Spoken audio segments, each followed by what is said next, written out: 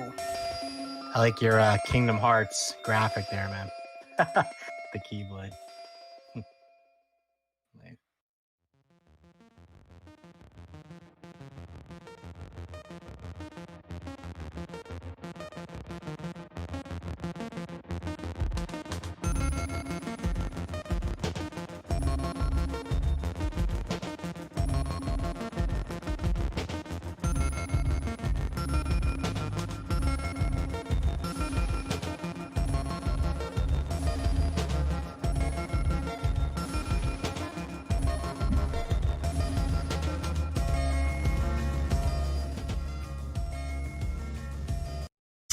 Hello everyone, yours truly, Chrislevi13, and we're here with another awesome episode of the Vault 13 podcast. And today I am joined by VG Mobster, an awesome dude. Dude has been around the block for a few months, as I've seen. You know, he joined me on an episode of the Chillcast alongside Avedon Smith and a bunch of other fine creators, and I kind of reached out to Avedon and some others and thought, hey, would it be cool to have him on? And they said it would be cool, you know, so I reached out to him, nervous as I was, but he was more than happy to be here. So we're going to dive into his love for gaming, collecting, and stuff, because I've seen on his Twitter, if you go look at his Twitter, he's got some cool stuff, you know, he like showing out some of the stuff that he has and all that. So without further ado, VG Mobster, why don't you tell everybody a little bit about what your channel is about and what you do and all that? Who you are. Yeah, man. Well, first of all, thanks for having me, man. I'm honored to be on the cast. I appreciate it. Yeah, for me, the VG Mobster, you know, I just do a lot of game reviews, opinions, you know, kind of like my opinions and list. I like to go through like the top list of some things for either accessories or game types or things. Again, I'm mostly Switch related, but on my other podcast, the Commission Cast, we go over everything PlayStation, Xbox, just gaming in general. But you know, my passion, my love is for Switch. So I definitely usually cater to that content. I'll show a lot of different like customs and you know, a lot of like unique either accessories or features of the Switch that people may not be aware of. They're just getting into it, or OGs of the system like me who bought it day one. So yeah, that's pretty much what I do. Just trying to give value to the community and you know, just trying to be a voice there. You know? Nice. That's cool that you're so your main console is the Switch, as you say. Yeah, I mean that's my main console. I mean, I also have PC. I have all the systems, to be honest. I just got a new PC. So I've definitely been dabbling a little bit more in that. But I just love, again, I got 2 kids, so sometimes I can't always get the TV screen. So the Switch is really nice for me, especially. Yeah, I understand that. You know? So yeah, getting into gaming and all of that, I would like to take it a little step backwards, kind of a little bit of a rewind. Where would your love of gaming, you say as a person, like started? Because like for like me, my love of gaming, first console I ever played was the Super Nintendo. Super Mario was the first game I ever. But my real passion for love came through PS2, and obviously you saw my graphics, Kingdom Hearts. But where's yours come from? Yeah. Well, I mean, I started off first. My sister, when I was 5 years old, she took me over to her friend's house and they were shooting ducks on a TV screen, man. I just was, and then they showed me Super Mario on the same cart, and it just kind of like blew me away. I just really was like so interested. I was so hooked after that. My first where I really like developed though, like my real passion for gaming probably was the Sega Genesis. Nice. I was a Sega kid growing up. I didn't have Super Nintendo. My friend did, but I played over his house, but I was a Sega guy through and through. Eternal Champion, Sonic, Vector Man, Earthworm Jim, NBA Jam, the Blood Code, Mortal Kombat version, my NBA Live 95, you know, that's where I like really just like became Road Rash. Still love that game. You know, those type of games really just got me hooked. And then from there, my first Nintendo console was N64, and Super Mario 64 just kept me hooked forever, man. That game just blew me away. It showed me what gaming could do, and it's just I've been hooked ever since. That's cool. That's the journey, man. Yeah, man. We all started pretty much. Most of us started at a young age. That first console you get, you just get so mesmerized into playing all these different games, you know. And that's cool to see that you played a little bit of Nintendo, but it was really the Genesis that kind of got you. You know, Sega. You still into a lot of the Sega games that they do nowadays, or anything? Oh yeah, man. I actually just hit up the Steam sale, Yeah, the summer Steam sale. I got like the Dreamcast collection for like $4 with like nice. Jet Grind Radio, Crazy Taxi, Nights into Dream. I mean, even that's not Saturn. I still bought that actually at Saturn, but any Yeah, of those kind of like OG Sega games. I have the Sega Genesis collection for Switch. I actually just beat Streets of Rage 2 a couple weeks ago nice. just because the game is so awesome. Yeah, Streets of Rage Um, series. That's probably my favorite as just a Sega series. Outside of Sonic, that's probably my favorite right there. Just Streets of Rage one, oh two, my and god. three. They're so classic, and then to see them even go back and they do four this year, and it's just a throwback to one, two, and three. It's like that was awesome. Oh my god, dude. I felt bad for my Twitter followers because I was so hyped for Streets of Rage 4. Like you have no idea how hype I was for it. And like I think I got people to buy that game just because I was like so because like it's crazy when they announced it. I was like, you guys are sleeping on this game. Like this game is gonna be awesome. You know what I mean? Yeah, And like I just kept following it and following it. And when it dropped, I was so happy that it got like really good reception. And I ordered the classic edition from Limited Run because I needed that Sega case. You know what I yeah, mean? yeah. I That was needed that in my collection right next to I still got my Streets of Rage 2 case. oh So I'll put it right nice. next to yeah, I got my Streets of Rage 2. So I'll put it right next to that case. I needed it. Limited Run got me there. So, That's nice, and but yeah, yeah, it's I pretty love great. Limited Run. I haven't got a lot from them, but when I have seen people get stuff from them doing unboxings, they have such a good touch to what they do, and they give you like the extra bonus stuff. Because nowadays you get a game and it's just a case, but Limited Run they add that stuff in there that makes you feel like it's worth it. Dude, I gotta tell you, man, one of my favorite limited runs that I have is the Castlevania Curse of the Moon, the Nice, limited set. yeah. It looks like the old school NES Castlevania box art. It is Wow. gorgeous. Oh my god, dude, it's worth every penny. Like I even tell people if like I got it because I knew I was gonna want it, so I bought it like day one. But even if I didn't have it, like I'd go on eBay right now and buy it. First of all, because the game is so freaking good. Yeah. But second of all, the collection, like the case, like it's so meticulous, it's so detailed, it's really nice.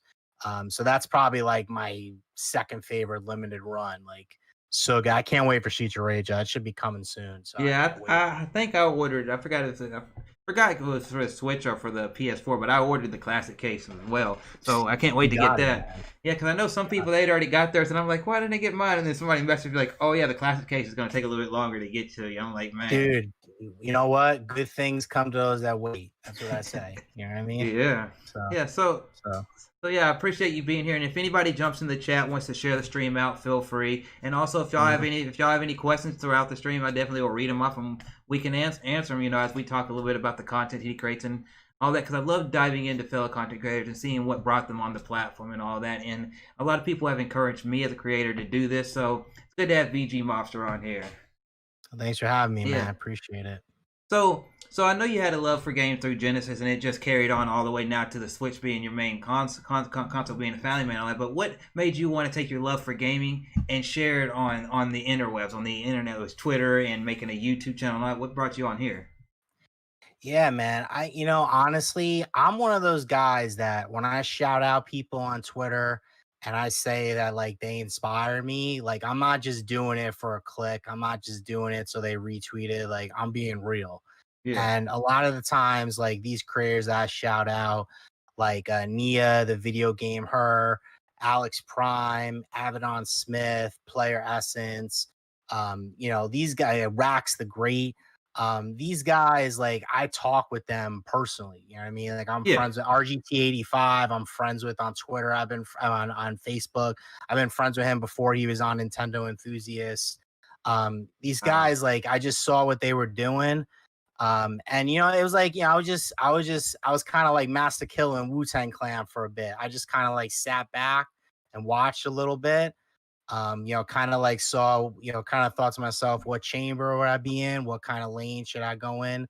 Yeah, And then I just kind of like started. I was like, you know what? I got to start at sometime. So then I just went all in with gaming. Like I love gangster and mafia movies. And I thought that'd be a really fun theme to do Yeah. for Twitter, and kind of like in YouTube, because you gotta have like a little personality on Yeah, there. yeah, you gotta have a little Um, persona. so I just figured, you know what, let's bring a little gangster touch to the interwebs on gaming. And yeah, it's been fun, man. I mean, honestly, and I tell people, like, I have a full-time job.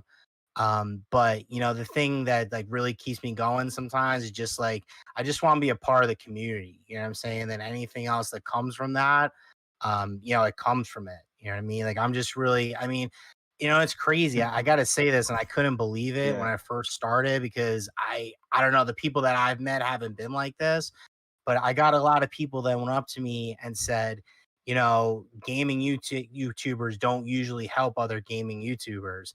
And I'm like, I don't know what gaming YouTubers you're talking to, but the ones that I've been reaching out to, I mean, they're good people.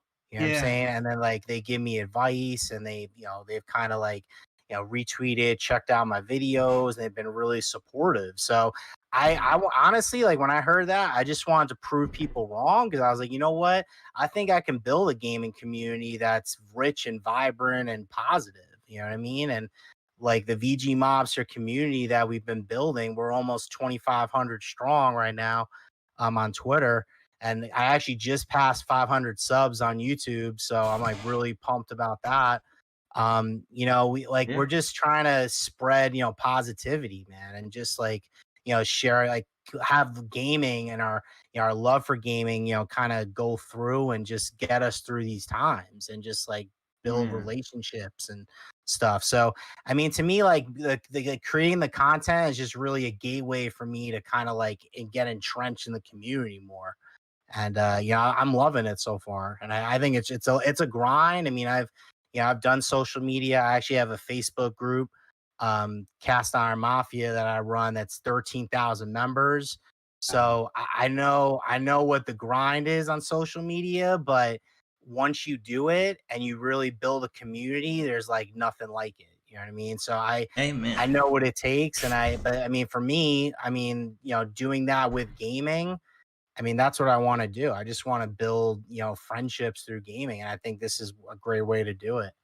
Yes, it is. Yes, that's the same thing for me. Me is that a lot of times people get jealous or envious of this or that, and I'm just like I'm just a guy out here wanting to play video games, share it with people, and talk about it. Yeah, I do add a little bit on music, my love for music and wrestling into my channel, but I just want to Yeah. build a Yeah. community that I can do my content and share what I love. But also, if I see somebody else and I want to promote them, help them out. But Yep. then a lot of people want to sit there, as you say, think, oh, well, you're doing it for this. You shouldn't do that. Shouldn't promote other people. It's like if I feel like this person deserves something, I'm gonna show other people, hey, this person deserves something.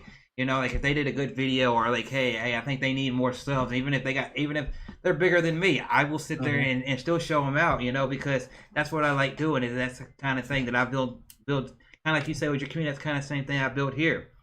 It's just kind of being all inclusive, no matter what system you're on, no matter what game you're playing.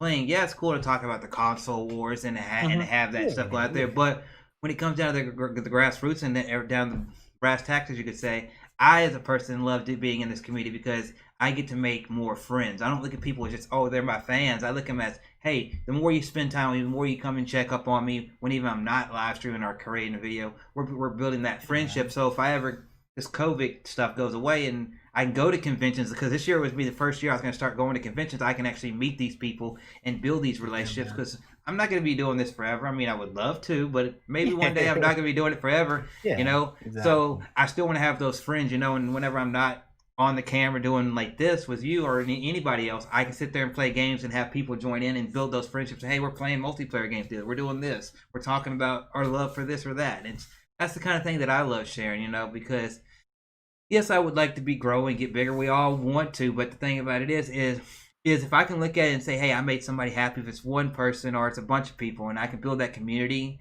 part of it, whether it be Facebook, Twitter, Twitch, wherever it is, Yeah, then man. I'm good.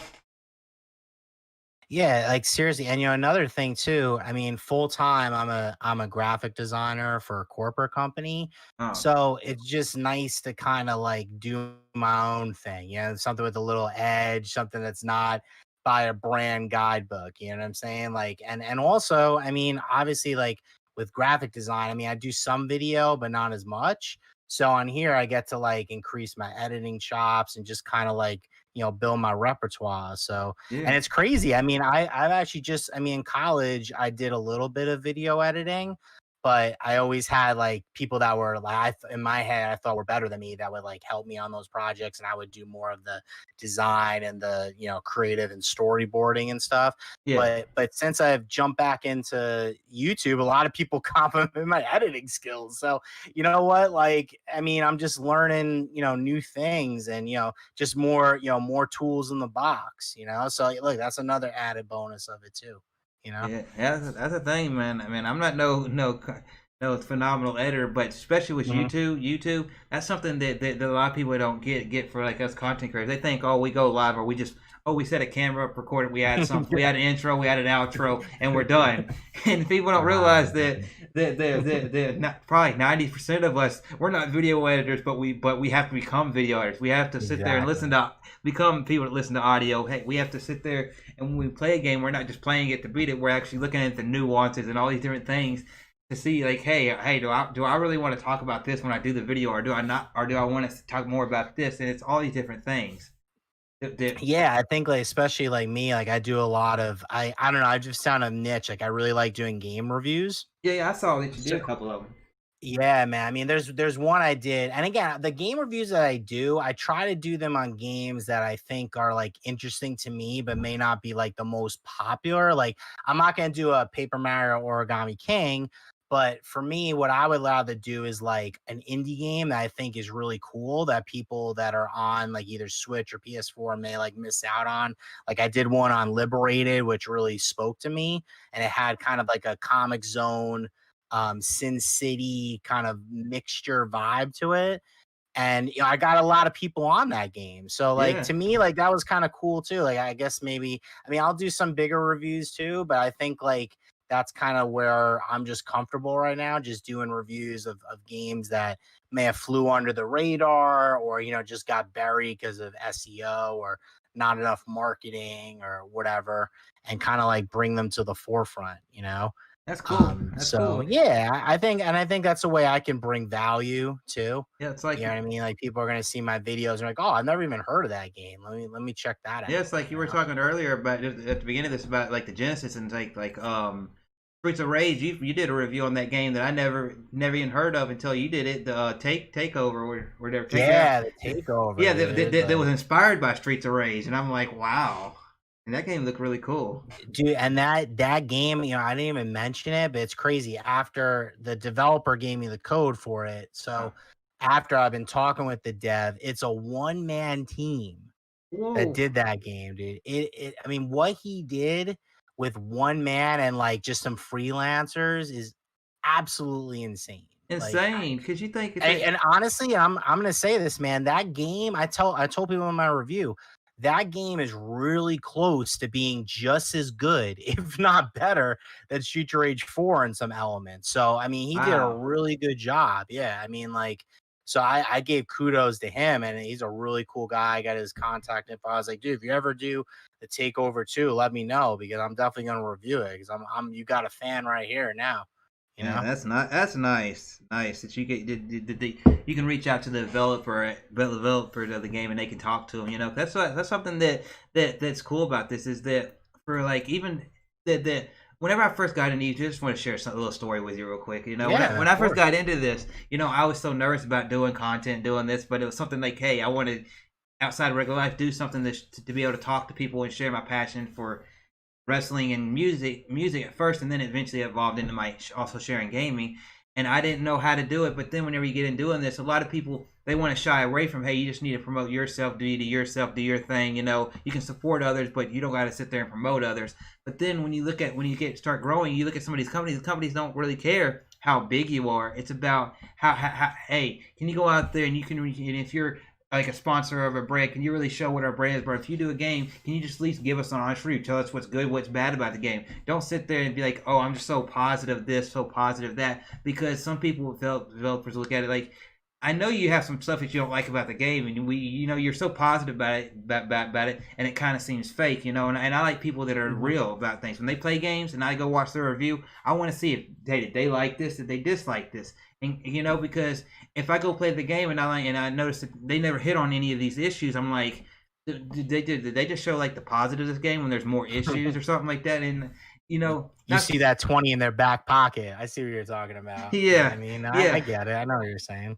Yeah, Yep. yeah, but even so being able to talk to these different developers, people like that, and you realize at the same time, yeah, they may be making this awesome game that you're playing, but sometimes some of them are just people just like me and you. They just somehow went into graphic arts, did this, did that, went into that, and then now they're making a game. They just had that passion and drive, man. It's Hmm. and they're super talented, these guys. Like, um, I'm actually really good friends with this one developer, John Rue.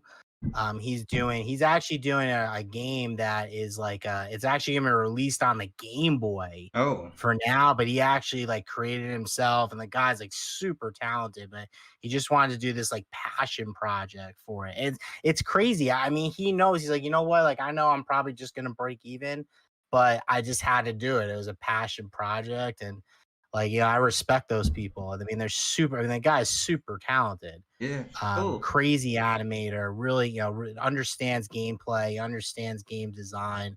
But they just, they just like me and you, they get these like this passion, they just got to get it out. So yeah, I find that with like I've gotten in touch with a couple of the developers of the games that I've reviewed so far, and Yeah, a lot of them, like you said, they're just like either one man teams, like very small teams, and they're like, hey, we just loved like this one game I reviewed, 80s Overdrive. They were just Outrunner fans, they just wow, loved Outrunners, and they wanted to bring a game like that to modern platforms. It started off on the 3DS, and then they like optimize it for the Switch and brought it here, and that game is awesome. If you're like into Outrunners or stuff. So yeah, yeah, like you said, like a lot of them, I mean, not all game developers, these AAA, monstrosity studios, there are some grassroots people that make really good games. And now with the eShop and the PSN network and Games Pass, especially, yeah. they can get their games out there and get a voice and get their vision out. It's pretty exciting.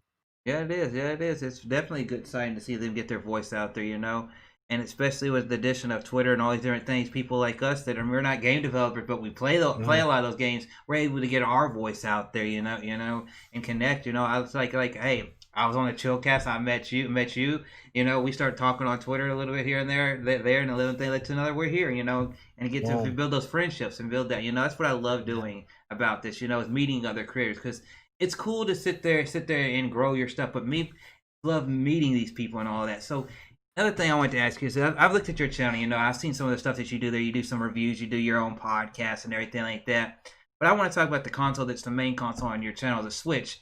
Switch. Did you get to I didn't get to Switch till last year. But did you get Mhm. like a Switch? Did you like one of those people that were on the hype train to get it at launch and all that? And what are some of your Oh favorite yeah. games on the Switch? Oh yeah, man. I pre-ordered it January, whatever the presentation was. I pre-ordered it.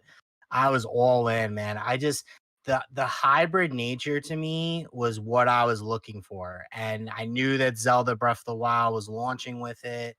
And I was actually, and I gotta tell you, and I tell people this and they think I'm crazy, but when Wii U first came out, I didn't get that at launch. I got that like a year after. Yeah. But until the Wii U, until Nintendo phased out the Wii U, I play my Wii U more than my PS4, like in Wow. those beginning years, because I was all the games that you see now, Bayonetta 2, Captain Toad, 3D World, which is coming. We know that's coming. Like what's some other game? Oh, like I didn't Super Mario 3, like Super Mario 3D World, whatever. But Yeah. then there is a lot of those games that are coming over from Wii U were games that I was playing at launch. So, I mean, I love those games, and now that they're on Switch, I'm so glad because more people can see them. But when I had the Wii U, I actually really, it was like, to me that was like the stepping stone to Switch, because the tablet, like while I was playing, the second screen experience, I could kind of see, where they were going for Yeah, with the Switch. And it excited me because I saw the quality of the games, first party Nintendo games are awesome. yeah. So I saw like the quality and I saw, like that hybrid seed was planted with the Wii U. So then when they were, saying Legend of Zelda and then I could play Legend of Zelda anywhere, I was like, okay, I gotta try this because it sounds like really good. And I just had faith off of those presentations. And again, some other content creators that were covering it. And like RGT85 was big on it, Player Essence was big on it, Super Metal Dave, a lot of these guys, Switch Force, they all kind of got me on the hype train. I was like, you know what, let's go. And I have to say now this year, I finally put it over the Super Nintendo as my favorite Nintendo console. Wow, So wow. Yeah, I man. just do like for me, Doom, Mortal Kombat, Duke Nukem, Super Mario Odyssey, Legend of Zelda Breath of the Wild, Luigi's Mansion 3, Super Smash Brothers. I mean, all these games, they're just epic. And it's not even like we're maybe halfway through the life cycle right now. So you still got more games coming. Amen. Um, so yeah, Amen. man. So I was definitely on the hype train from the Yeah, man. beginning. Yeah, me, I never had a Wii U, but whenever I saw the Switch and I eventually knew somebody that had a Wii U and I went to his house and played it a few times, I looked at and I looked at the and I saw Switch and I never had it until last year when I finally started getting one because I got a refurbished one and all that. And I started playing it. I'm like, this is like taking the tablet of the Wii U, but the controllers of a Wii and putting those on the side of it. And I'm thinking to myself, this is like both those consoles put into another console and made to where you want to do. And people ask me like, why do you convert to this? Like, think about everything you can do as a Wii controller. You can do that with a Joy-Con. Everything you could do with a tablet on the Wii U, you can do it right here on this tablet right here, and it's just putting both those together. Nintendo now made something that can be home or on the go, and it works. And man, ever since I played that, man, I jumped into Zelda Breath of the Wild and Mario Odyssey and Smash Brothers, man, and I'm just like, why did I wait so long to get a Switch? It's I mean, it's because of that negative press that the Wii U got, man. I mean, people, I mean, even me, and I'm a pretty diehard Nintendo fan, but I mean, even me, like Yeah, all the negative press, should Nintendo go third party? They should stop making hardware, blah, blah, blah. I mean, like that's all you heard. I mean, you heard about game droughts, you heard about that. yeah, So I get it, man. You know what I mean? But you know what? I just had faith and I'm glad I did it because Breath of the Wild, I put over 145 hours into the game nice. and it was just awesome, man. It just like blew me away. Like to have like the thing that was so cool. I remember the first day I tried it. I like when I got out of the shrine, the initial shrine, when you're in that like chamber and you walk outside for the first time. Right when I walked outside, the first thing I wanted to do was take it off the dock and Yeah, see if that position picked up the same spot. And when it was instantaneously on the screen portably, I was like, I'm sold. yeah. That's something that they finally got their little niche, their little thing, and hopefully Nintendo, if y'all ever hear anything like people like us say, man, just keep doing what you're doing, just improve on the hardware, just keep doing what you're doing, just improve on it, and I will continue to be a fan. Yeah, man. I mean, I think the hybrid was such a smart thing because Nintendo's handheld team was so good, Yeah, So, and a lot of those games like Pokemon, Fire Emblem, yeah, people wanted them they wanted them on the TV as well. So it just made sense. Like, hey, let's just marry the two divisions and let's make one killer Nintendo, system that can do both. I mean, it was an ingenious idea. I mean, considering how their, handheld sales have been through the yeah. years. I mean, I they're the mean, kings of handheld. There's no doubt. I mean, you they can't are. debate that. I mean, Sega So, tried to compete with them, it didn't work. PlayStation tried to compete with them, and yes, PlayStation had a console. They had a lot more stuff than a Nintendo handheld, but it mhm, still couldn't compete because Nintendo was so good at what they did. that was just their thing, And then, like to me, like I think that was another reason. Talk about why I got on the hype train because I just started to realize I'm like, wow, there's a lot of handheld IPs that Nintendo has, Yeah. that if you make them where you can put those on the TV as well, I mean, you got something there, Yeah. and I think just kind of, and again, it's one thing, like we know, especially as content creators, you know, we like to sometimes like, hey, we'll do this. We have a grand idea, but it comes down to executing it. Yeah. But I mean, they had the great idea and they just, even with the Wii U and people doubting them, and we saw even big publishers like EA, I mean, Activision, they didn't support the Wii U off the launch because of how bad Wii U was. They didn't support Switch. They were like, we're not going to do it. Yeah. And And they still were successful. yeah, and a lot of And now things. they have to come because it's so successful. But Yeah. you know what I mean? Like, I just think like I think that was the most amazing thing to me, that like they actually, how many times do we get promised something and it doesn't deliver? Like this delivered. I mean, you were able to take Breath of the Wild on the go and play wherever you want. Yep. And another thing that also developers because it didn't just happen to us casual gamers or people on YouTube. It happened to a Mhm. lot of developers. Is that a lot of people got misconstrued because you have Wii and then you have Wii U and they think, oh, is it just an addition to the Wii? Is it just this? Yeah, And yeah. everybody's like, and then Nintendo had to put all this press out there that no, it's its own thing and blah blah and all this. It can play the Wii games, but blah blah. The people are still like, it just looks like another Wii and just like a higher powered Wii. But Mhm. but this right here, the Switch. Just before we get into some more questions, Yeah. I just gotta say, the Switch is finally doing everything they want to. They've always played around with little adapters from the GameCube era, where hey, you got your little Game Boy game. Now here's an adapter to play it on the thing. Mhm. But now you don't need Mhm. that. You don't need no adapter. You got a console. Hey, you want to play it handheld? Play it handheld. You want to play it on your TV? Put it right there in this dock and play it on your TV. I just love it, man. And it's so funny. It's kind of like, I don't know if you've heard of like people say it's something that I wanted that I didn't know that I needed. That's what this Switch is to me. Like, I didn't know how awesome that functionality, the hybrid functionality would be, until I actually like took it for a spin. And it Yeah, just like, I mean, especially like I said, with like kids, and like I was at that time, like now I work from home the more of the time, but yeah, I was going in the office like every other day, or like it would be great on my lunch break. I go in my car, get two shrines and Zelda, and then jump back into work. Like it was just so cool. Like I yeah, mean, to me, like definitely. it was so versatile, and I just saw like I guess I just saw the potential so quickly that it helped me buy in, and I just want other people. And now, I convinced like my niece to get it, my sister-in-law. Like, they saw it and they were like, oh man, I think this is really cool eventually. And yeah, another thing too, I mean, you're talking about with Wii U, they always thought that it was, an accessory to the Yeah, Wii.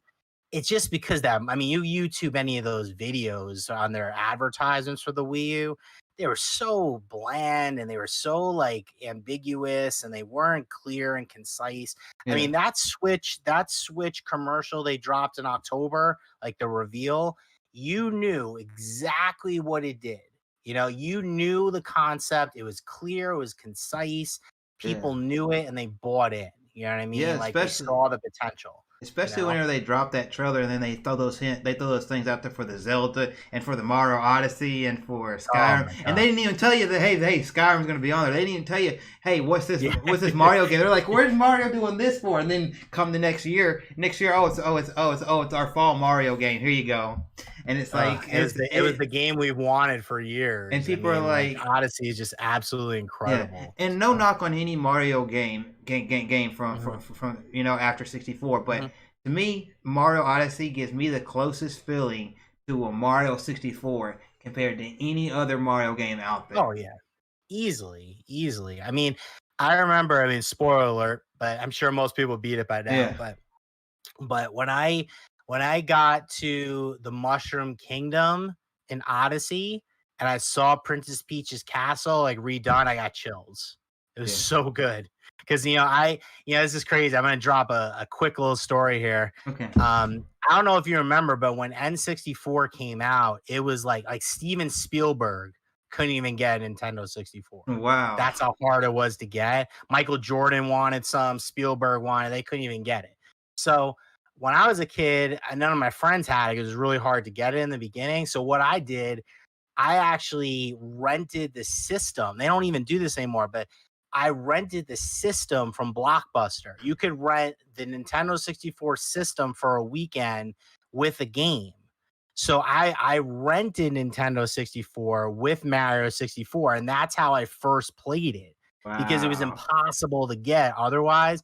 And dude, when I put that in my system, that's why I say like to me, like when I play Mario 64, even though Ocarina of Time may be like the better game, Mario 64 was at launch with the system, and it just like blew me away. Like, no, I don't think any other game has since then.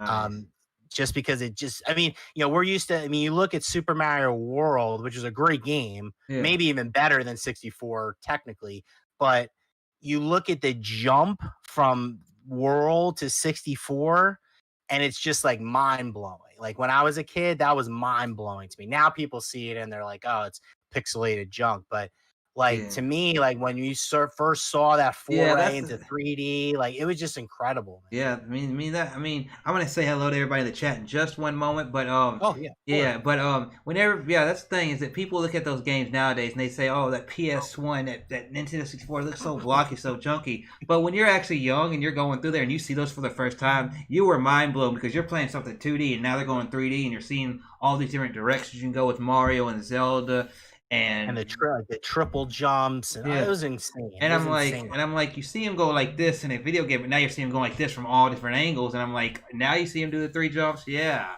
I come mean, on. I remember, then you can hit up the chat, but like I remember when I rented the system and you open up the game and you got Lakitu on the camera and Mario comes out of the pipe. Yeah, The first thing I'm not even joking. I spent like 45 minutes just running around the castle, jumping in the lake, doing the triple jumps, like trying to get on top of the castle, like just because we've never been able to do that before yeah, in a game. You definitely, know what I'm definitely. saying? So Hmm. yeah, again, I'm OG talking there, but Yeah, that's good. It's good to it's hear that crazy. conversation. Good to hear the conversation. I know people love getting a little more insight to the people that they see that are some of their favorite creators. But everybody in the chat, I want to give a real quick shout out to everybody's here. Date Meme Center, hello. Stitched, hello.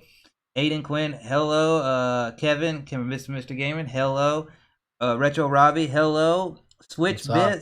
Switch Bits, hello. And One Yo, Up Switch John, Bit, what's good? hello. What's good? What's good, Dank? Tech Wiz X, hello. How's it? Hopefully everybody's doing good. And remember, if y'all got any questions while we're here, feel free to ask them. We'll answer them and all that. It's been really good having this conversation with him, seeing his love for gaming and all that and everything like that. It's really, really fun. I love the stories you're giving, man. I feel them right there in my heart. I appreciate it. I mean, some people can't relate, but I mean, that's just like, everybody talks about. I actually did. I hate to, selfless plug here, but I did a really cool video, and it was something like kind of a passion project for me that I Yeah. wanted to Yeah. do, and it was what got you started and give their kind of stories and roots and stuff like we've just been talking about. It was crazy, man. It was just like even if that video did 10 views, I honestly I didn't even care just to get everybody together on one video talking about that, talking about our origins and our starts and what got us into it. It's just like it's like a history lesson for people. You know what I mean? That's why I had to do it. I'm so happy that I did. Yeah, yeah, I saw that video. It's very, very well edited video, very good, and and no problem if you do a self plug. That's what we're here to Oh, do. no, yeah. Talk about your channel, and it's cool that you got a lot of cool creators on there. Big and small, of all different sizes, Mhm. and not just they're all just Switch creators. They do all sorts of kind of gaming content, and to see where Oh, their yeah, love for man. gaming came from was really cool. And also, I like the recent video you did. You didn't really have anybody talk with to see those different creators that I'd watched. You show their collections, the game collection they have. That's Mhm. awesome stuff. You're like you see how many games people have and how Dude, passionate it was, their I love for mean, gaming. shout out to the Switch cores on Twitter, man. I mean, these guys are just like their collections are just mind blowing. Like I have the guy on the podcast, Lonzo, Yeah, Lilao7757, who I, big friends with on Twitter. This guy's, special edition collection. I mean, you could put it up with anybody's. Like his collection is absolutely insane. And I mean, as a guy who, grew up in the only physical, they didn't even have a digital option back in the day. Like, you just appreciate that. The people are still, buying physical and, Yeah, I appreciate. proud to display their collections and stuff. It was awesome, man. I'm just thankful. Like in the chat, Tech Wiz and Switch Bit, they dropped their collections on the video. Shout outs to them, and they have great collections and they're great people as well. So Yeah, definitely. shout outs to you guys, man. Definitely, definitely, man. I love seeing. I don't get a whole lot of physical, but when I do, I love it. I'm definitely trying to get back into getting my PS2 collection going because I got a PS2 last Nice. year. But I do love back in the day before you had the internet, man. I remember getting the physical game. You had the whole game there. Nowadays, you have all these patches and all this stuff, and Downloads. Yeah. and I like getting a physical game because physical game, you got this little game. You get open it up. You got the manual in there. It tells you about the game. They be colorful and all that, and then you get to go play the game. And hey, I need to know how to do this. Open this up, and you get right there, and you can just go right alongside it. And that's something that I miss nowadays in games. Is that yeah, you can go to these certain companies like Super Rare, Limited Run, or or stuff like that, or watch a YouTube video. They will give you like all the guides and all that. But back in the day, whenever you could just sit there and be like, "Hey, I got the game and a guide right here, and it's the full game, and I ain't got to worry about 6 months from now finally getting a patch to fix something to make the game smoother, or hey, DLC, it's all in one package." That was so cool. There, a lot of kids nowadays they think, "Oh, I can just wait, just do this and now that." But back in our day, we had the full game right there, and if it was a good game, it was a good game. If it was bad, it was bad. Especially when it was never gonna get good. It is what it was. Especially speaking of Blockbuster, because you go into Blockbuster and maybe you might have seen the game in a magazine. But sometimes all you see is a cover of a game, and you'd read the back of it, and it might sell the game good, but you go home and play it. I played some racing games and some fighting games that weren't too good, and I'm like, I looked good, but it wasn't. Yeah, exactly, dude. That's crazy because like I was, especially with like the physicals. I mean, I'm definitely like a collector. And the thing is too, now I know I think in the beginning of the cast, you were talking about that you also enjoy like music as well. Yeah. And this is where to me, like this is where even more so than physical games, I think this is where I miss it more because when I used to cop a CD, like I was one of those guys that like while I'm listening to the track, I was reading, like I would read the lyrics. Nice. I would also like check who produced it. I'm a hip hop guy. So like, yo, who produced this track? You know what I mean? Or like even on like alternative grunge, like, man, Brendan O'Brien produced this STP album. Like, I gotta check it out because he's an awesome producer. Like, you know what I mean? You just kind of like, and the whole concept of like albums, I think nowadays is lost. And I think also like the whole like reading along with the lyrics and being like having the physical CD be part of the experience of that initial listen. I think that's lost right now. And like they don't do digital like books as much anymore. And even if they do, people don't even know and they don't read it. It's just not the same like having that physical booklet with you. Same thing with game manuals, like seeing the, like, hey, how do I do that triple jump again? Like I just really forget that, command really quick. You can just go into the video. It's nicely illustrated and stuff like that. So. Yeah. I mean, speaking of, let me see. You used to get games just like this. I got games right here. You get games like this, and you have this. There we go. And then you have like all this colorful stuff in there. And like nowadays, you get the game. If you got a game like this nowadays, it would be just this. You wouldn't have that book. You don't. You just have the game. And then that'd be exactly like a white insert in the inside. And what makes me like some of these companies, just to get in this before we get into some other stuff, but it's like they still have these little notches in there, and it's like, oh, so you have the spot for it already in there. Why ain't a manual there? Exactly. You're like teasing me, You're like, when am I beak here? Yeah. But getting back to your channel, as I put that down, I want to talk to you onto your podcast. So what made you want to start up a podcast yourself, especially with Alonzo Vine, and I forgot the other creator that's on there. Carl Rocco, man. He's a really good dude. He's in the game business as well. He's in the industry. Nice. So that's one of the reasons I wanted to get in a podcast with him because he gives like a unique perspective from the dev side as well. Which, I mean, I'm just a big fan. You know what I mean? I'm not developing the games, so it was nice to get a voice like him. And then with Lonzo, he was just one of my biggest Twitter fans, and he just was really hungry to get on the cast. And he, like you guys saw in that collection video, he's got a killer collection. This guy, like any Switch release that comes out, he's on top of it. So I needed like that type of knowledge too. In addition to me just being hungry to do the podcast, and I just got inspired by like other podcasts. Like one of my favorite ones, and they're no longer doing it anymore. I off record, I tried to get them back to reunite for one episode. I'm still working on it.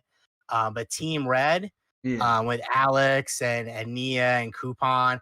I used to watch that like throughout the Wii U era. Like they were just one of those podcasts I would just listen to while I was driving to work. And I don't know, it was like just having that open conversation. They were like chatting with people through Discord and like through the live chat and stuff. And then, like I just thought it was like really cool the way that like we see and again I'm gonna count them as celebrities and I know them personally now, but like at that time, like I think that's what's so cool about YouTube. Like you see somebody on TV, like an actor, like a De Niro or Pacino, like after the movie, you can't talk to De Niro and Pacino. But when you go onto like a YouTube, stream like this one, you can talk to the creator. You know what I'm saying? You can connect with them on Twitter. You can PM them.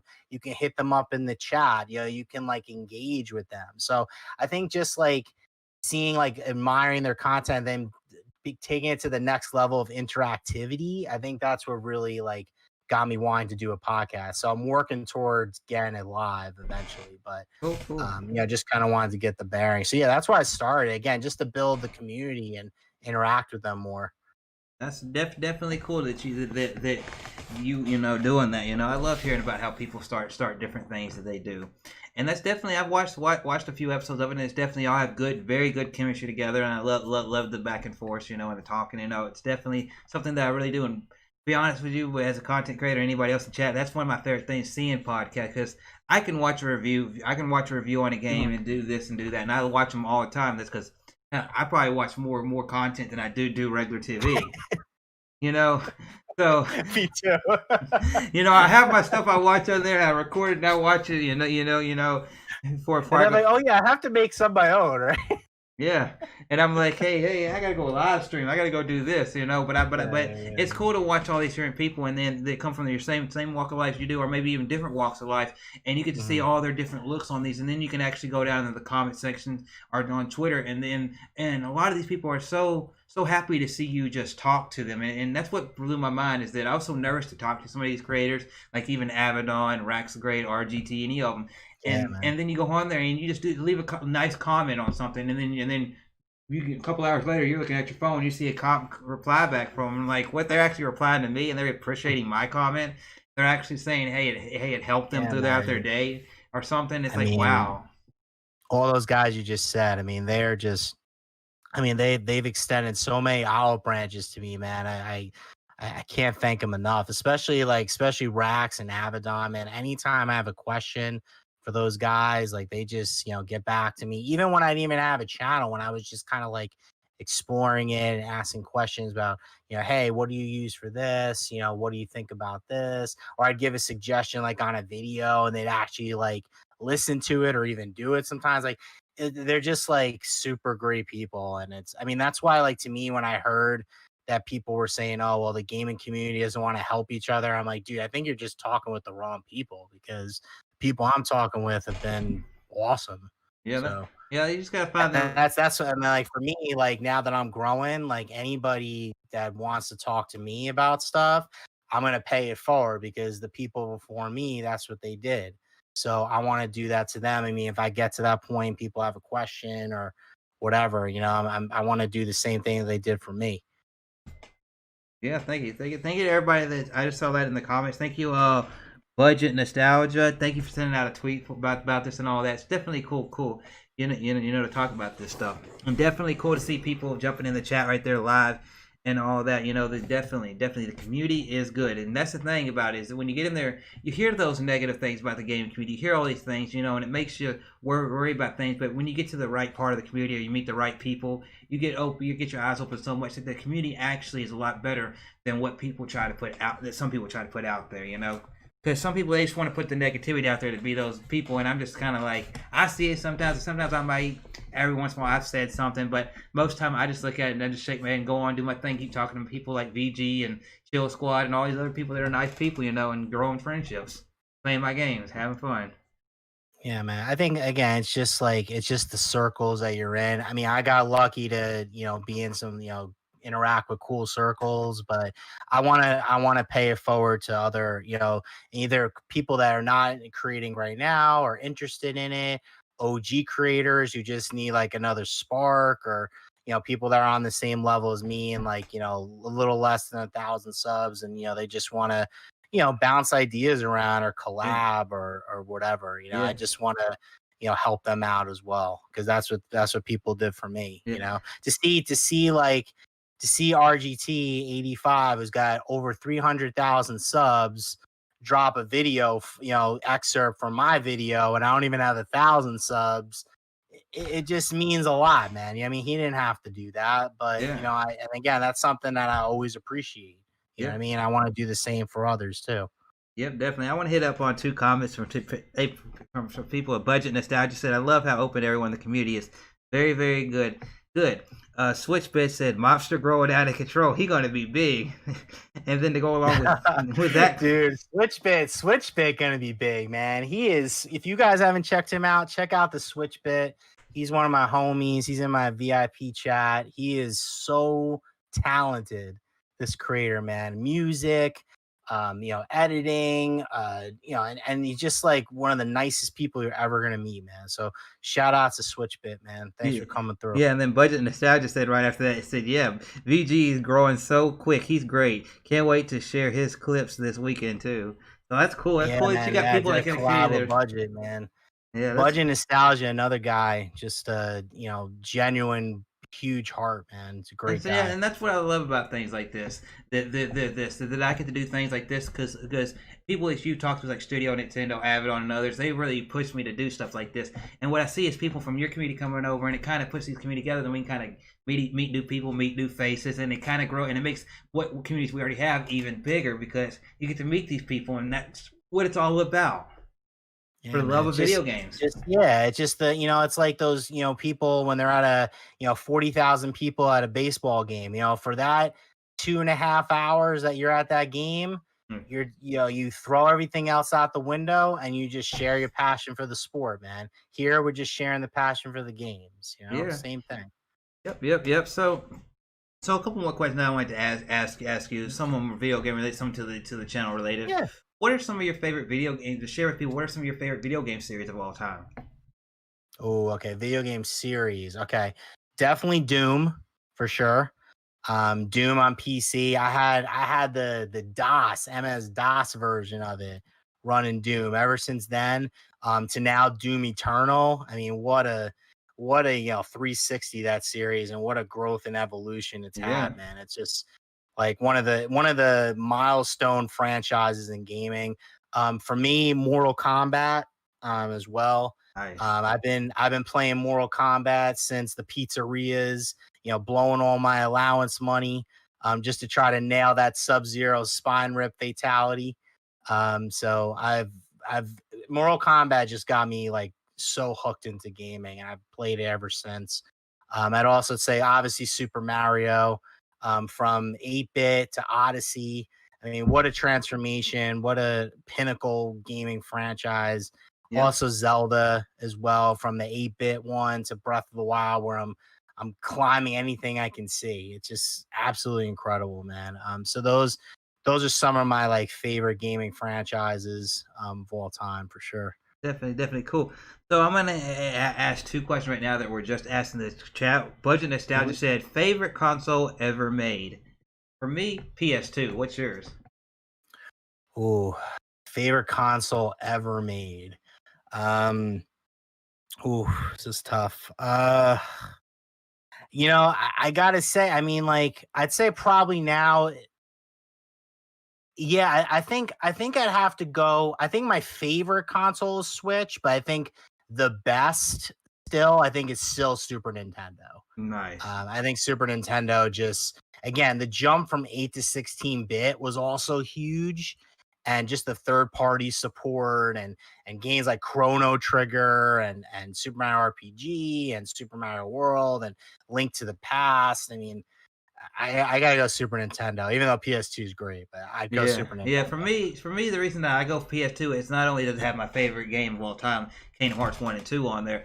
But it's Which just should be coming to the Switch. Can you push that for me? Thanks. yeah. I would love to see the kind of Switch. I mean, yeah, but with PS2, it had such a lifelong lifespan. It went through its whole lifespan with competing with the GameCube and the Xbox. Then it went through the whole lifespan of the Xbox 360 and the PS3, basically, because they're still releasing games to it right for the next this generation. Changer, and it was a pinnacle console. How many it sell? 150? I think 150 million consoles. Ooh, yeah, that's what I'm saying. 150. And then it was one of the first consoles that you could actually sit there. Hey, I can put DVDs, I can put CDs in there, I can play all this stuff on there. Exactly. I mean, all my friends, that was part of their entertainment center. Even if they didn't play, even if they just played Madden, that was Madden and their DVD player. You know what I mean? So I get it. Yeah, man, and it just had so many cool things. So we didn't have like the stuff like Nintendo because obviously it was only second generation for Sony, but Sony started making sure that they put Gran Turismo, the Metal Gear Solids, and all these Final Fantasy. Yeah, because Final Fantasy was Nintendo until that partnership went away, and then they were just so much on. Hey, we're just gonna be back PlayStation, and they had so many cool stuff on there. You know, a bunch of the good fighting games in that era were on PlayStation, like Tekken and Soul Calibur and all that. It's just like I was so into it, you know, that era. Soul Calibur too. That's one of my favorite games. I love that game. And then if anybody, just one more little mention of the PS2. If you're into platformers, like yeah, you got the Nintendo 64 that started everything, but you want to talk about the pinnacle of platformers where graphics still hold up today. You got Ratchet and Clank, Jack and Dexter, Sly Cooper, so many of those that were just great during that era. Dude, Ratchet and Clank PS4, I think that game is still underrated. It's that good. The remake is so good. Yeah, I look at that game, and people started going back playing it after the PS4 event and all that, and it was just like people are like looking at them watching streams. I'm like, that game holds up compared to any game released on the PS4 this year. Oh, it was so good. I got that for $20 on Black Friday. Best $20 I ever spent. So good. Yeah. Also, big shout out to VC and everybody that's rating. It's a bunch of people coming in here, so thank you all for coming in here. Thank you. Another one of my homies repping 100% click in the building. Yeah, definitely. Thank you all for being in here. So yeah, we got a few more questions, and then we're kind of wrap things up because I don't want to sit here and be invasive of anybody's time. Yep. So when it comes to the to current consoles like the Switch and all that, because you do a lot of Switch content. You know, you love having the portability of it, having it on the go, and not being a family man. You know, sometimes you got to give the TV up there. I got to go here. You know, so yeah, that's what it is. What you got to do. Dude, what are some of the main games you're currently playing on your Switch? You know, is there any of them out there? For me right now, I got a couple oddballs because we're in a transition phase right now. Yeah, I actually got a game. I wanted, one of my favorite Nintendo 64 games, Wave Race. I love that game, Wave Race 64. Yeah. And I kind of wanted to scratch that itch a little bit. So I saw on the eShop there was a sale, $7.99 for Aquamoto Racing Utopia. And I picked it up. And dude, it's pretty good. It's got a lot of different modes. The controls, the frame rate's pretty solid. It's got a lot of different, you got freestyle mode, you got racing mode. You got like all these different types of modes, and it actually, and then there's just a mode where you can just go in and just do like a trick freestyle with no like objectives or anything. You can just kind of like go like in Wave Race, you could ride the dolphin and just like ride around the island. Like you can just do whatever you want. There's kind of like that mode too. So like for me, that was really cool. So I've been playing around with that a little bit. I'm actually fine. I started my game of The Witcher on PC. Yeah. And now I'm actually using the cross save feature and I'm going to Switch with it. So I think I'm going to play the game through both consoles. I think I'm going to do PC and Switch and kind of like flip between them and get like that really cool, hybrid experience where I get the 4K kind of graphics on my PC, but I'm at the 1080p 60 on my PC, but I can like grind and do like missions and side quests on the Switch and then jump back. So I think to me, that was a really cool added feature. And I hope more games kind of do that in the future with Switch, Nice. So yeah. And then just on a side note, non-Switch, I just beat Mafia 2. Oh man. Definitive edition. Oh my God, dude. What a great job they did. It was so good. You been on Twitter today? I saw on Twitter earlier that Mafia 1, they did like a whole remake. They're doing like a remaster of it, and the game looks It so looks good. absolutely insane. Like they were so smart when they did that trailer. They started with the 2002 footage, and then they wiped to the remake feature, and it looks stunning. It looks so good. Hangar 18, killer job. I can't wait. Mafia 2 is still such a good game. I beat it again on PC. The definitive edition, really good. So I definitely recommend you guys. Like, I know when it first came out, there were some glitches and bugs, Yeah. but they released a patch for it. So a lot of those have been ironed out. So don't be afraid. I definitely get the trilogy before, because it comes with one, and one releases September 25th. Yeah. So yeah, you don't want to miss that one, man. That's gonna be really good. Definitely. I've never jumped into the Mafia series, but definitely with the way it looks, I'm definitely thinking about finally jumping into that series. Dude, start with Mafia 2, man. It is just Mafia 2. I'm telling you, it's actually, the voice acting is better than some Mafia movies. It's Wow. that good. Oh yeah, it's that good. Like the cuts, and now with the definitive edition, the cut scenes are all redone, and the controls are better, and it's just so much better, I think. Yep, I want to give a big shout out to Juice Man Vaughn. Thank you for the $5 donation. He said, "What's good, Juice, VC? what's up, Send me brother? here, showing some love. Thank you, thank you." So, Dude, man, part of the Switch mob. Love you, yeah. man. So, So I hear you talk about the Switch and the PlayStation, and some PC. Are you into anything Xbox wise? Yeah, I actually got the Cyberpunk 2077 Xbox series, the Xbox One X. So I'm definitely looking forward to that one when it comes out for sure. So yeah, that's cool. I mean, and I have Game Pass, so I play some of those games on Game Pass. But yeah, man, Xbox is legit too. I'm not gonna front on it. So um, Say that yeah, again. man. Uh, Yeah, man. yeah, so that's cool. Yeah, you hyped for the next generation of gaming? Sorry about that. I had to step away. I still heard what you Yeah, said. I mean, I like, this is my stance, because I have like a pretty good computer right now. I'm even more interested in these presentations, because a lot of these games, especially I have Game Pass on PC right now. Yeah, A lot of these games I can play on my PC with higher frame rates than the current gen consoles and stuff. yeah, So I just really want to see what they're bringing to the table, because I have an SSD drive in my computer. I have a GTX, 2050. So I have like a pretty good processor. So I just want to see what they're bringing to the table in terms of like exclusives and stuff like that, and see when I'm going to upgrade. You know what I mean? yeah. That's Because I mean, I love consoles though. There's nothing like just popping the game in and playing it. I get it. yeah. Um, but now that I have the PC, like, I'm appreciating it more. I'm using my experience, if that makes sense. Yeah, that's cool. It's cool. Yeah, definitely. With the way the consoles are going, they're getting comparable to PCs. But the thing that I still being a console guy, because I don't have like a big powerful PC. I have a gaming laptop, but I do a lot of editing Mm. for.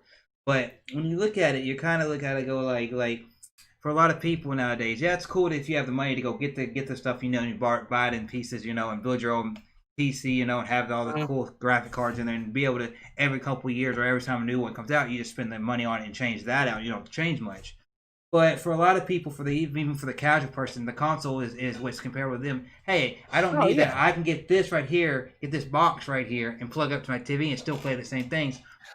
Oh, dude, I'm not a PC master or Yeah, anything. Or anything like, I would say you know what I'm that. saying? Like, I'm just saying, because like, to me, this is all new. I haven't really had a PC that can really, like, push, some of these games.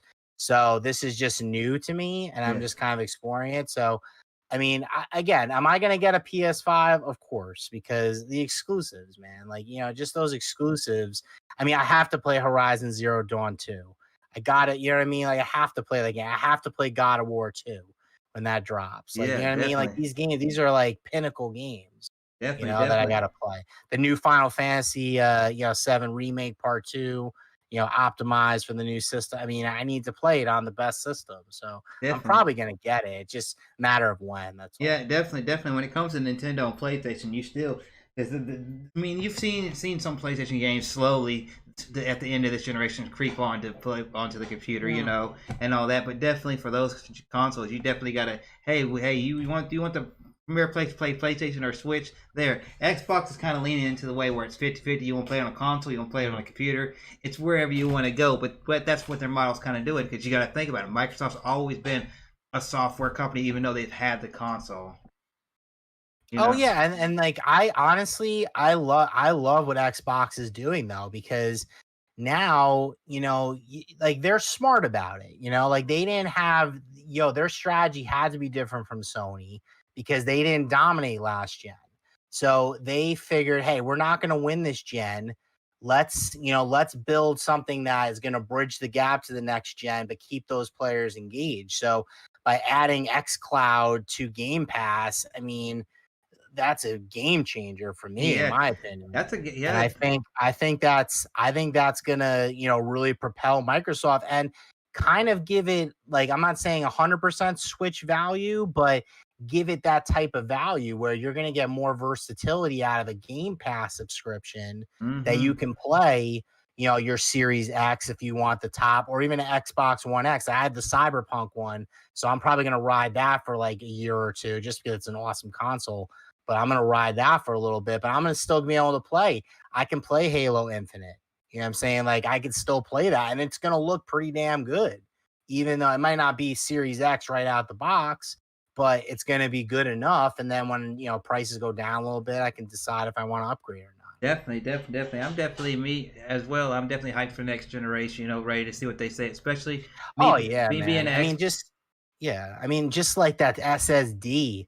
Like just be like being able to see Spider-Man load the city in real time when you're slinging. That's dope. Yeah, definitely. I'm definitely one of those people that tomorrow I gotta work, which is kind of like but I'm definitely, as soon as I get home, gonna be sitting there watching everything that happens at that Xbox event, because man, I'm a person that I'm gonna show it right now. I really love Xbox. I really love my Xbox, and I didn't jump into this generation until they said, hey, here's an Xbox One. Halo 5. Ah, nice. There you go. It's the one where when you look at the console and you turn it on, it sounds like one of the. That controller, dude, is so dope. I gotta say, Microsoft, whatever you want to say about their software, Microsoft got the best controllers. I don't care.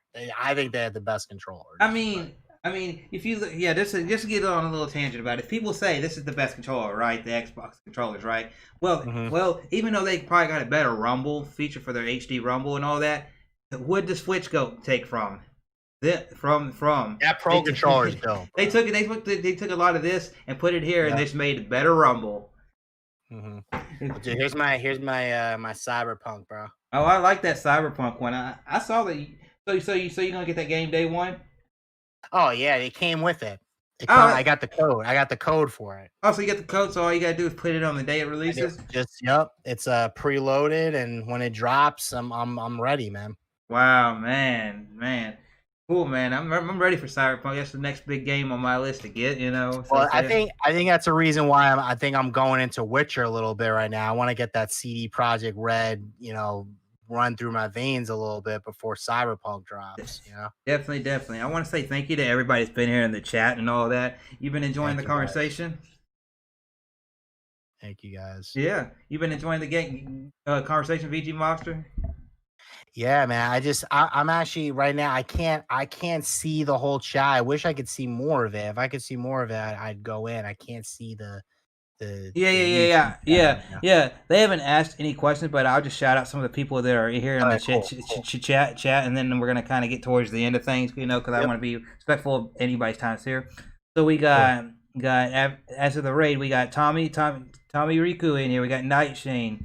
Dior Wilson here, V-Sips in here, we got Xenoheart, we got Jonathan Boucher in here, we got Dank Meme in here, Switch Bits, Edward Bishop, thank you. Nightshane, Dior, what's good? Yep, Budget Nostalgia, he's still in here. Comment. Troy Perry in here, my homie. Juice Man Vaughn coming in, and all these awesome people.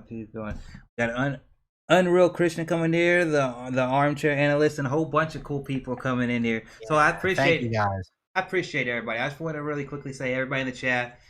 I may have missed a few people here or there, but I want to appreciate anybody that ever comes to see my content, or any of the people that come on the podcast, or anybody's content, because that really means a lot to us as content creators, because we create something and we put it out the internet and we don't know what the reaction is going to be. We may put 100 hours in it, maybe put 1 hour in it, but it's always good to see feedback on you, whether it's positive or even you give a little bit of criticism, and it helps us be better as content creators. We Yep. appreciate it. Yeah, man, that's one thing too. Like I see a lot of people, content creators who like get really like their ego is damaged when they get like a down comment or Yeah, something. I'm like, I mean, honestly, just use it to better yourself. Sometimes they're just trolling, sometimes they're jealous, sometimes they have a legit complaint that you can use as, constructive criticism yeah. and move into your next video. So honestly, like take it as a blessing, man. Yeah. So for your channel and anything like that, you got anything? Thing you don't have to sit there and like say, "Hey, this is what I'm doing for the next 6 months." But for your channel, anything like that, any kind of upcoming content or anything like that, you can kind of give us like a preview for. Yeah, man, for sure. I got a couple things in the works here. I'm actually hopefully next week I'm dropping a kind of a different vibe for my channel. I'm actually doing a music video Nice. for my channel. Yeah, so it's gonna be. I got some really cool content creators that are super talented that I met through either Facebook or here on YouTube that have collaborated with me on this, and I'm really excited for it. If you guys like kind of like throwback hip hop, kind of like '90s hip hop, that vibe, we did a. I'm actually this is going to be the theme for my Taking It Back retro review series. But we're doing a little music video just to kind of like make it fun and draw some attention to it. So that's one project I'm working on, and then I got one other one I'll mention. Incredible. Another thing, I love the YouTube community. I love my Twitter fam. But also I've been reaching out to a lot of the Facebook gaming community as well. Yeah. And they're really big. I mean, some of those groups are 185,000 members. And one that I thought was really cool because I actually have a pretty big gaming tattoo Oh, over here. nice. So I figured I threw it out there to other people on the group. I was like, "Hey, who's got some gaming tattoos that I want to see?" And oh my god, the response incredible. So I have so many amazing gaming tattoos that I'm gonna cut together like I did with the collections video.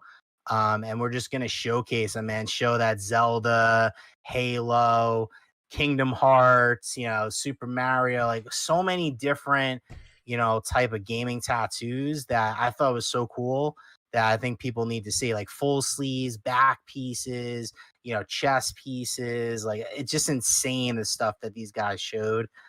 So I think that people are really gonna like that. So those are two of my really exciting projects coming up. Cool, cool, cool, cool, cool. Hopefully, chat, you've enjoyed the conversation with him, with VG Mobster, getting a look at his history of loving gaming from all the way from Super Nintendo and Genesis all the way now to him loving the Switch so much that he wants to share that stuff with you all, and doing him loving jumping on podcasts and doing all that. So definitely, VG Mobster, can you tell him all around social media before we get out of here where to find you, and then I'm gonna kind of wrap things up. Yeah, man. On YouTube and Twitter at VG Mobster. Again, we're just trying to build a family here, and I'm not just saying that for speak, for it's easy speak. I really want to build a community with you guys. People that have been following me for a while know that I try to make you guys feel like my video game family, and that's what I'm going to keep doing, man. At VG Mobster. And Chris, thank you for having me on, man. It's been a pleasure, and Yeah, man. I'm always learning from guys like you. It's Player Two, Avedon, Chips and Sticks, the whole Chillcast, Studio Nintendo. Love you guys, Yeah. man. So I did. So if you got any questions or anything, you got anything you wanted to ask me before, like one last question or two that you wanted to ask me before we get out of here, and I kind of tell the chat. See y'all later or anything. Any questions you got for me? Just if you got any. Yeah, man. Can I ask you a question or no? If the chat, if the Yeah, chat yeah, does it? yeah. That's what I was saying. So that's why I threw it out to you, or before we even did this. I said if you got a question or two you want to ask me, feel free. I just want to see if you got one. Oh yeah, man. So yeah, tell me. I mean, you said your favorite console was PS2, right? And you Yeah. said your favorite. So what's your favorite Kingdom Hearts game My of the favorite. series? You said Kingdom Hearts is your favorite My like favorite. franchise. My favorite Kingdom Hearts is probably my favorite franchise, and all Mhm. that. So it's I like 3, but I can see where the flaws are in it, you know. So it has to be 1 or 2 because I've played a little bit of the handheld stuff, but most of the handheld stuff that I played is through like now since I got a PS4 through like the versions of them they got on there, you know, and or watching a lot of videos on it. So it's either between 1 or 2, and I probably would pick 2 because 1's very good and all that, but you can tell it's very very early PS2 era, you know, and all that. But when you get into 2, it kind of just takes all that stuff and just kind of fleshes it out a little bit more and is real fun. So yeah, probably Kingdom Hearts 2. Nice, man. Because I think the thing that's cool about the Kingdom Hearts community is that you guys, another V Sips is really big in the Kingdom Hearts as well. He's like a diehard Kingdom Hearts guy.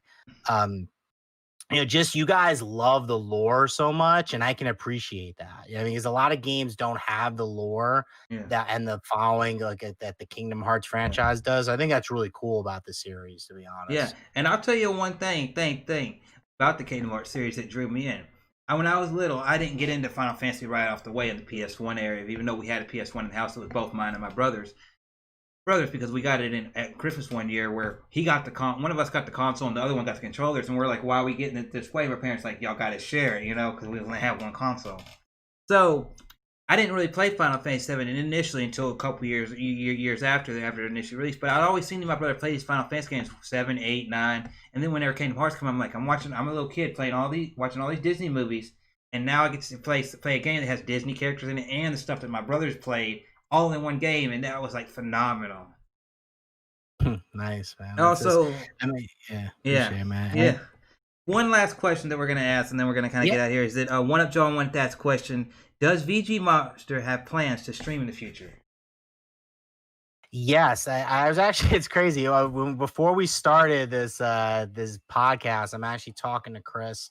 I do want to get into not game streaming, but I want to get into more of like Q&As and news streaming where I can talk with you guys, discuss the topics, kind of give my mafia gangster twist onto it. And you guys know, if you follow me on Twitter, I love talking about deals. So any like really good deals I want to share with you guys, and just kind of like get the community's opinions on topics and stuff, and use that to inspire me to make even better edited content. So that's kind of what I have going on in the future. And then also the commission cast. We've been starting with just a couple episodes just like offline, but we are going to be going online soon and having like chat interaction and stuff. So between those two, that's kind of where I envision doing streaming. I'm not really a game streamer, but in terms of like streaming news and topics and reactions and stuff, I'll do that. Definitely cool.